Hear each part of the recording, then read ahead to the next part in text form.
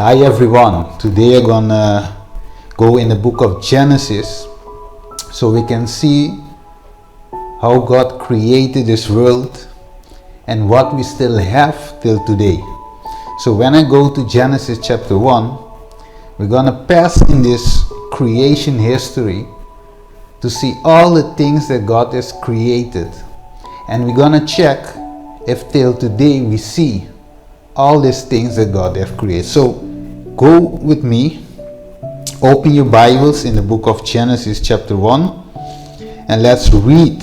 Let's begin with verse 2, and then we're going to read the whole chapter. So you're going to skip some verses so to just focus on what God has created in this world. Okay, so let's go. Genesis chapter 1 and verse 2. The Bible says, "The earth was without form and void and darkness, and on the face of the deep, and the Spirit of God was hovering over the face of the waters. Then God said, let there be light, and there was light. And then God said, the light, and then God saw the light, and that this was good and good. God divided the light from the darkness. God called it the day. God called it light day, and the darkness he called night. So the evening and the morning was the first day." So the question is, do we still have evenings and mornings till this day?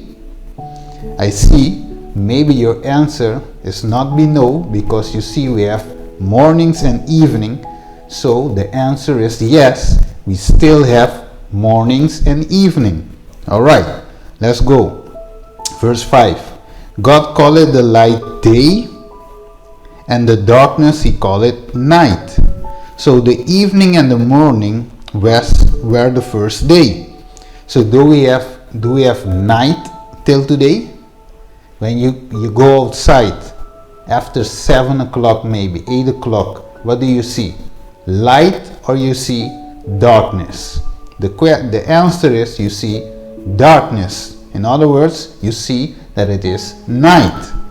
And when you wake up in the morning, when you see the sunshine, when you see the sun outside, what do you see?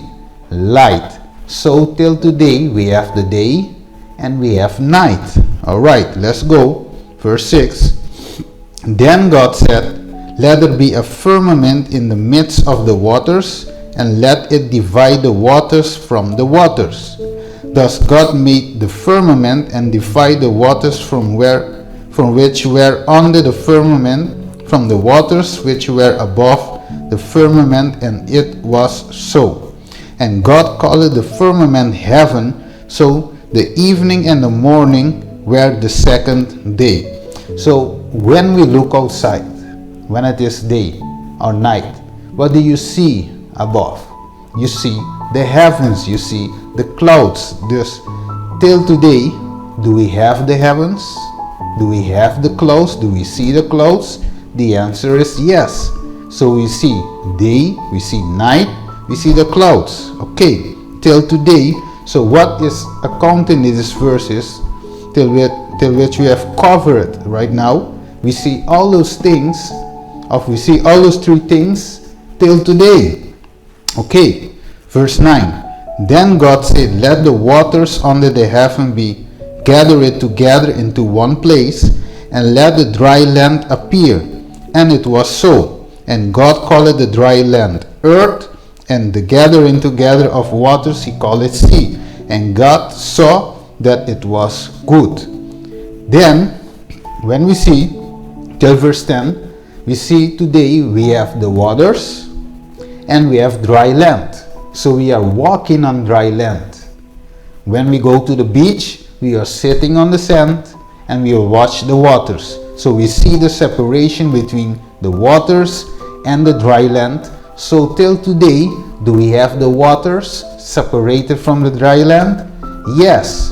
So we walk on the floor, on the sand, and we see also the waters. So till today, we see the dividing that God has made in verse 9 and verse 10. Okay, let me go to verse 11. Then God said, let the earth bring forth grass, the herb that yields seed, and the fruit tree that yields fruits according to its kind, whose seed is in itself on the earth. And it was so. And the earth brought forth grass, the herb that yields seed according to its kind, and the tree that yields fruit, whose seed is in itself according to its kind. And God saw that it was good. So do we still have seeds today? Yes. Do we still have fruits and nuts, everything, every kind? Yes. So verse 11, verse 12, we see it till today. It's not gone. We see it. We eat it. We drink it till today. Okay, verse 13. So the evening and the morning were the third day.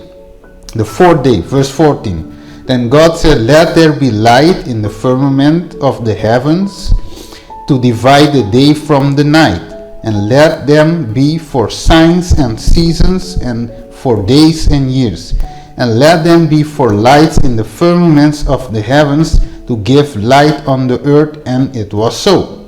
Okay, let's keep on reading. Verse 16. Then God made two great lights, the greater light to rule the day, and the lesser light to rule the night. He made the stars also. So God set them in the firmament, in other words, in the heavens, to give light on the earth. Let's keep on reading. And to rule over the day and over the night, and to divide the light from the darkness. And God saw that it was good. So the evening and the morning were the fourth day. So do we have the greater light, which is the sun? Do we still have the sun today? Yes. Do we have the lesser light, which is the moon? Do we have the moon today? Yes. So when it is day, light outside, you know that the sun is shining. And when it is dark outside, you see that we have the lesser light, which is the moon. And also, when we can see the stars which God has created on the fourth day. So, do we still have the sun today? Yes. Do we still have the moon today? Yes. Do we still have the stars today? Yes. Okay, let's keep on reading. Verse 20. Then God said, let the waters abound with abundance of living creatures, and let the birds fly above the earth across the face of the firmament of the heavens. Okay, so God creates sea creatures and every living thing that moves, with which the waters abounded according to their kind, and every winged bird according to its kind. And God saw that it was good. And God blessed them, saying, be fruitful and multiply, and fulfill the waters in the sea, and let the birds multiply on the earth. So the evening and the morning were the fifth day. So still today, do we see the birds? Do we see the pigeons? Do we see the eagles flying in the firmaments?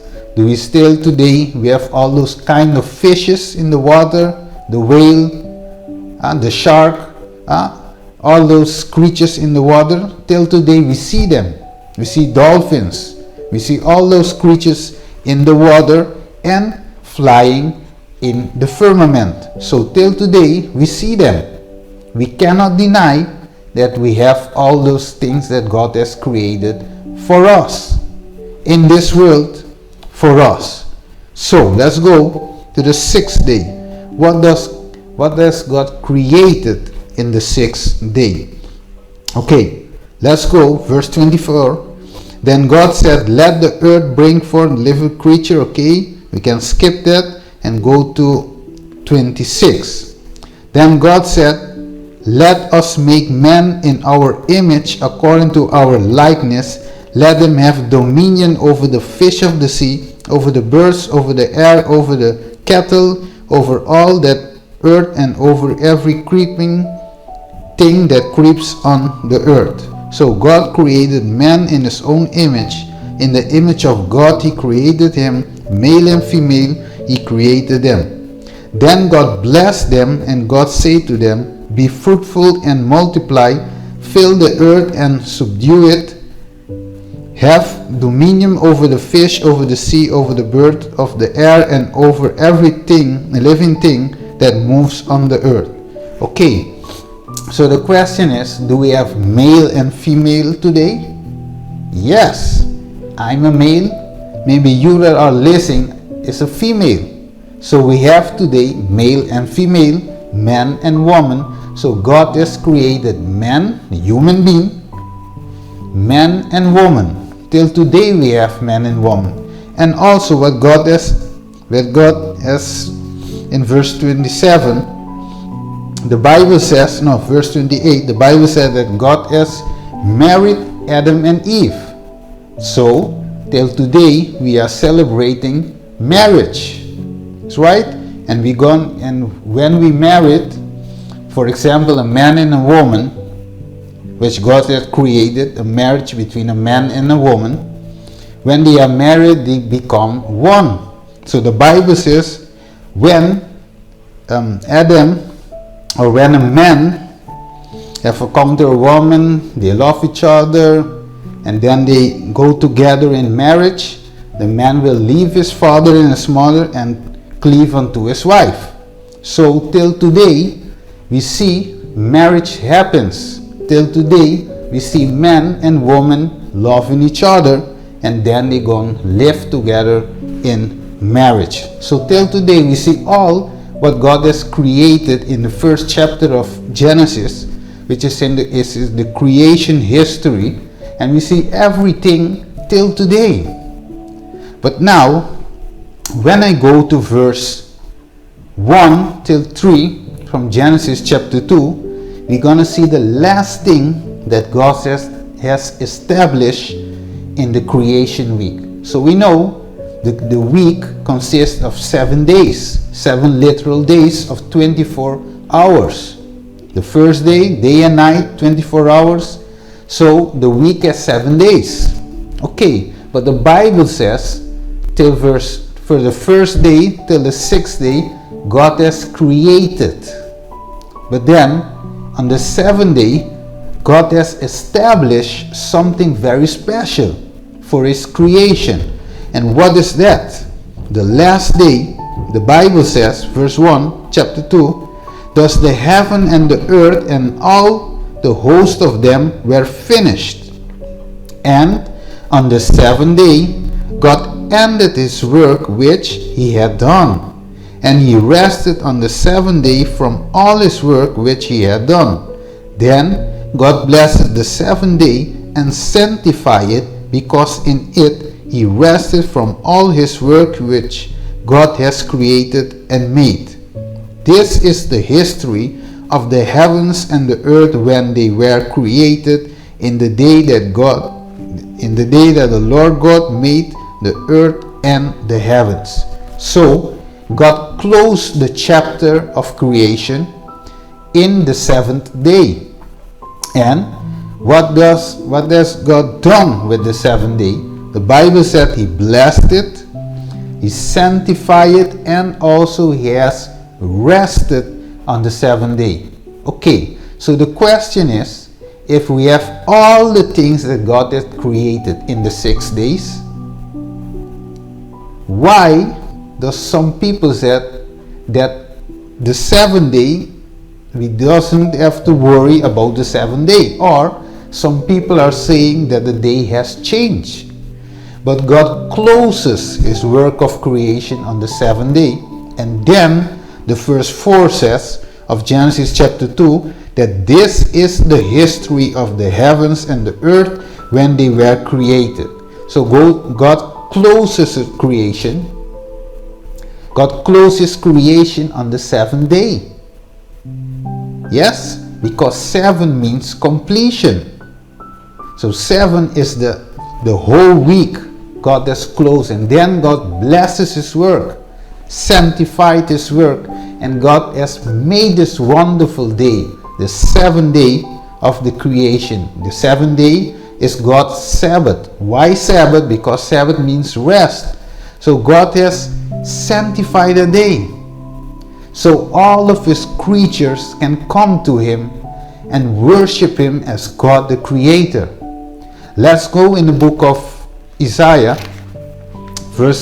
chapter 56, and let's see what the Bible says. Now let's go to chapter 66 of the Bible, verse 22, and then we're going to see what the Bible says, because many people are trying to bring arguments and say that the Sabbath does not mean anything more for us. Sabbath was only for the Jews, some people said.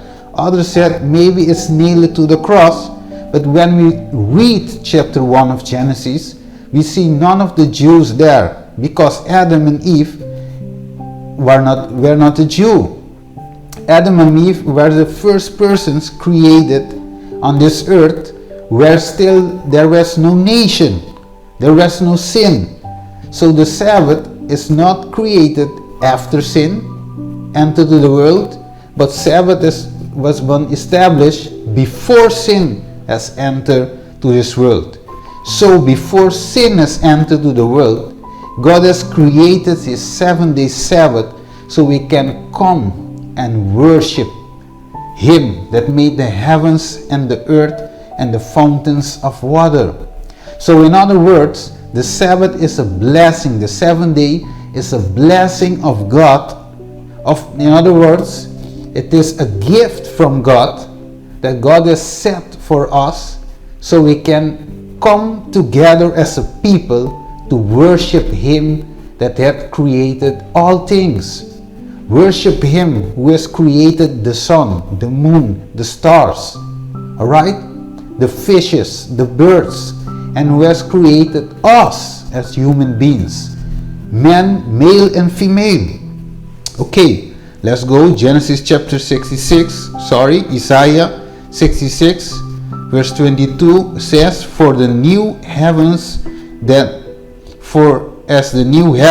the new earth, which I will make, shall remain before me, says the Lord. So your descendants and your name remain, and it shall come to pass that from one new moon to another, and from one Sabbath to another, the Bible keeps saying, all flesh, in other words, human beings of all nations, all people, all human beings shall come to worship before me, the Lord, says the Lord. So God has made the Sabbath so we can come before him. That's why if we go back to Genesis, let's go back to Genesis and see what was the work which God has given Adam. Okay, let's go. Chapter 2, verse 15. It says, then the Lord God took the man and put him in the garden of Eden to tend and to keep it. And the Lord commanded the man, saying, over every tree of the garden you may freely eat. Okay, let's go first to verse 14. The name of the third river. Okay, let's go more before. We see that God has made a garden and has put the man, in verse 18 that we have read, he have put the man inside the garden so he can keep it. In other words, the man has to work. And that's why if we see the 7-day Sabbath means rest, both from physical work and also from spiritual work. So God has made the Sabbath because Adam has to work. And on that day, before sin has entered, Adam has to rest both physically and also spiritually. So we see when we go to Exodus chapter 20, and we see, for example, verse 8, remember the Sabbath day to keep it holy. 6 days you shall labor and do all your work, But the seventh day is the Sabbath of the Lord your God. In it you shall do not work, you, nor your son, nor your daughter, nor your male, nor your servant, nor your female servant, nor your cattle, nor your stranger who is within your gate. Why? Because for in 6 days the Lord has made the heavens and the earth, the sea and all its in them, and rested the seventh day. Therefore the Lord blessed the Sabbath day and hallowed it. Okay, so when we read Exodus chapter 20 verse 8 till 11, we see the same principle which we have read in Genesis chapter 2 verse 1 to 3. So before sin have entered this world, before Adam and Eve was corrupted, his character was corrupted, God has established his 7-day Sabbath. Why? Because he wanted to have the people coming to him. He wanted to gather with the human beings he have created, like Genesis 1:26 said, in his own image. So God wants communion with his people.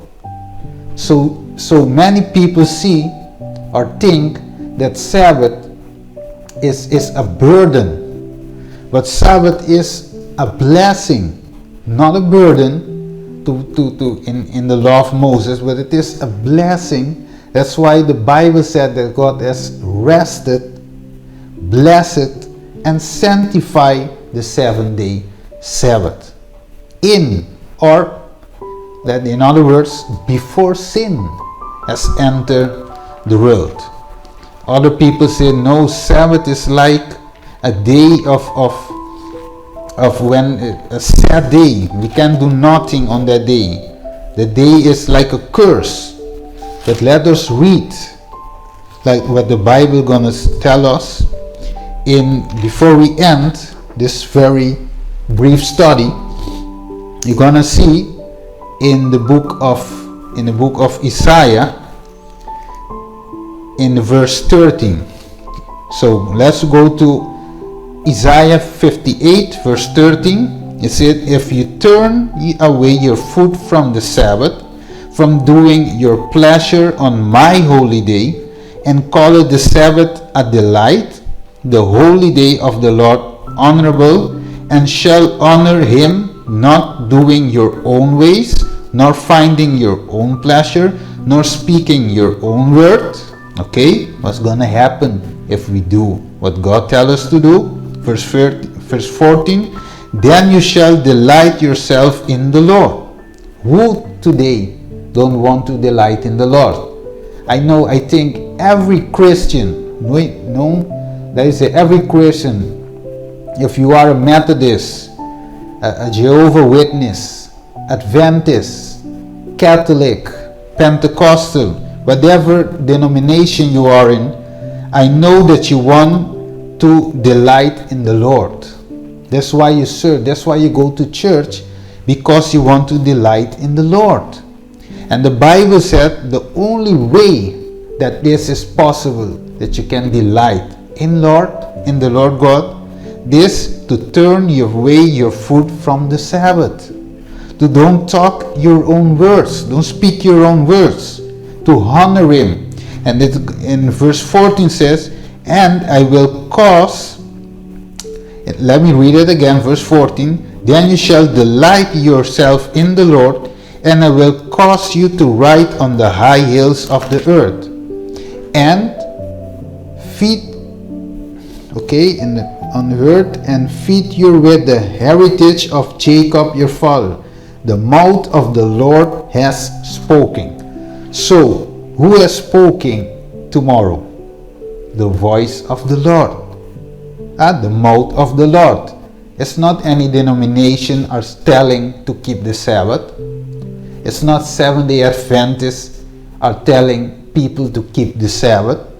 The Bible said if we do it, we're gonna delight in the Lord. That's why this verse said, the mouth of the Lord has spoken. Isaiah 58, and we have read verse 13, and verse 14. Let me close tonight.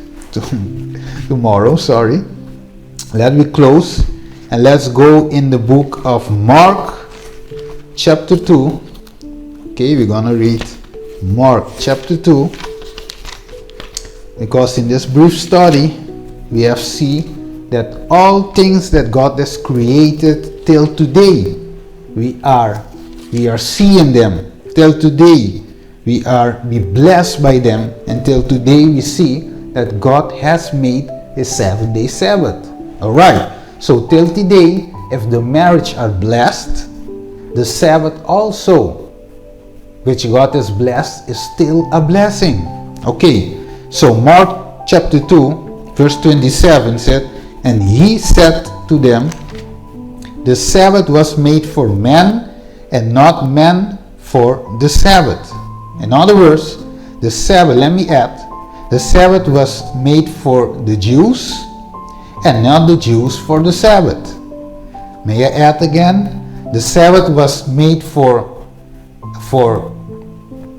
Curacao people, and not the Curacao people for the Sabbath. In other words, the Sabbath is not made for a specific nation. The Sabbath was not made for a specific country. The Sabbath is made for, like the Bible says, verse 27, for man, for human being. That's why in the creation, God has established a 7-day Sabbath, blessed, rested, and sanctified his 7-day Sabbath for man. Man, even, let's say, man was created, not a nation, but a human being that God has created. Before sin has entered this world, before even was a nation on this world. That's why God, to keep his promise, keep his blessing, said the Sabbath was made for men and not men for the Sabbath. Alright? And then verse 28, therefore the Son of Man, which is Jesus, is also the Lord of the Sabbath. So that's why Isaiah 66 verse 22 and verse 23 are telling us that the Sabbath is made so we can come and worship our Creator. Alright, so Jesus is our Creator. John chapter 1, you can read it. John chapter 1 speak about Jesus, our Creator. So the Sabbath is a blessing. God, like James chapter 1 says, verse 17, said, every good gift and every perfect gift is from above, and comes down from the Father of light, with whom there is no variation or shadow of turning. So our God does not change. So who did the change then? If God does not change his 7-day Sabbath and set it aside to bless and sanctify and rest it on another day, which we don't have no Bible verse to confirm it, we know that God's Sabbath still remain on the 7th day, which commonly called is Saturday. So we know that God did not change it. If the marriage is still between a man and a woman, the original marriage, if we still have the sun, the moon, and the stars, if we still have the waters separated from the dry land, if we still have everything in Genesis chapter 1, why do we say then that the 7th day in the creation was changes to the first day of the week? Sunday worship is not from God. Sunday worship is a change that had been made by men. Why? To deceive us. Why? Because the enemy don't want us to worship our Creator. That's why he changes the day. That's why he changed the sanctified day, the 7th day of the week, and transfer it and put it on the first day of the week, which the Bible does not stand on that point, which the Bible does not confirm us that there was such a change. So today, before I close, I want to say, everybody, let's go back to to God's 7-day creation. Let's go back to worship Him who made the heavens and the earth and the fountains of water. God, our Creator, and in Revelation chapter 14 verse 7, are calling us back to Him before He closes His work of intercession on human behalf. So God is going to close His work of salvation. But before He closes His work, He is calling you and me to come and worship Him as Creator. So today, I want to thank everyone. Please share this video to every people that you may know on your WhatsApp, on your Facebook, Instagram, Telegram, and all this social media websites and apps. So share this message. And if you see, my English is not that good, but I'm trying so every people can hear this message. People in Holland, people in Dominican Republic, people in Curacao, people in every nation that understand English. That's why I have prayed and asked God, give me this gift of tongue so I can preach also in English, so more people can understand this final message. So God is calling us today, you and me, to bring forth this final message, Revelation chapter 14, and warn the world about Revelation chapter 13, which is the mark of the beast. Well, God is telling us that the enemy is going to press upon His people. But in this time, we need the faith of Jesus to pass in these troublous times. So thank you for listening. Remember to share it. That's we asking in Jesus' name. So let's pray.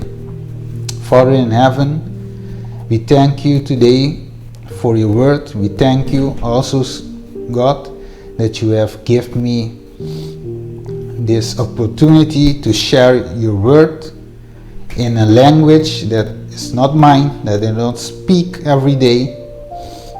And you have made this possible so your word can go forward.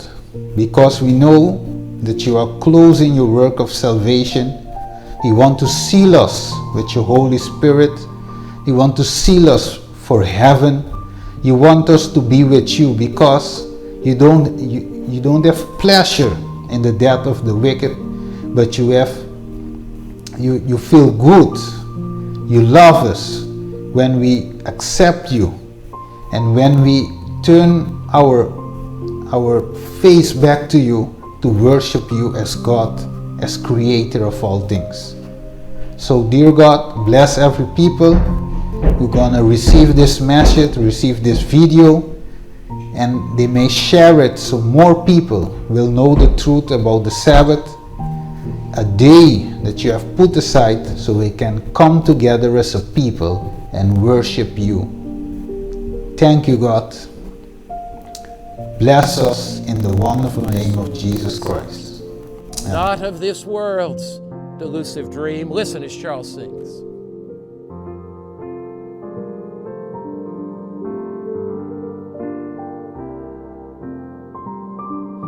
Nothing between my soul and my Savior, not of this world's delusive dreams. I have renounced all sinful pleasure. Jesus is mine, there's nothing between, nothing between my soul and my Savior, so that His blessed face may be seen, nothing preventing the least of His favor. Keep the way clear, let nothing between.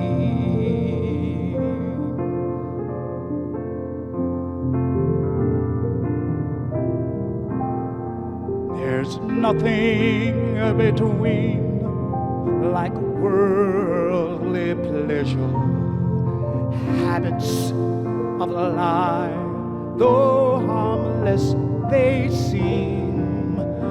Must not my heart from him ever sever? He is my all, there's nothing between, nothing between my soul and my Savior, so that his blessed face may be seen, nothing preventing the least of his favor. Keep the way clear, there's nothing between. Jesus is appealing to you right now. His appeal to you is to step out from all tradition, to anchor your life in His Word. His appeal to you is to make Christ number one in your life. As we pray, to say, Jesus, I want nothing between. Dear Lord, the desire of our hearts is to have nothing between us and Christ. Although at times it's challenging and other times it's difficult to step out from the majority. Deep within our hearts, we ask you for that strength to follow you now and forever. In Christ's name, amen. May Jesus enable you to follow him today and always.